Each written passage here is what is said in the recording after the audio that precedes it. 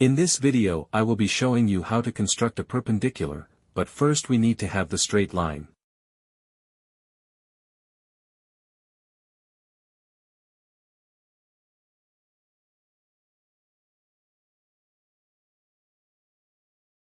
In order to construct the perpendicular, therefore I will mark the point where I will construct it.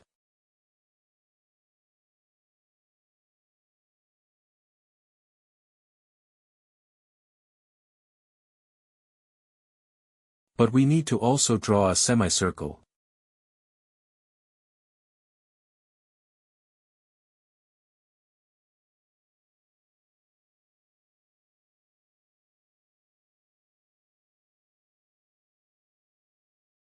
And also cut arcs this way.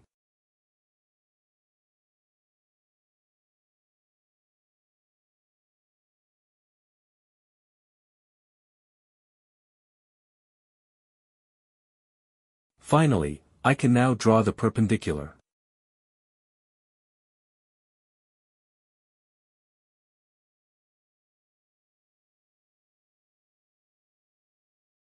Your colleagues will appreciate you if you share this video with them.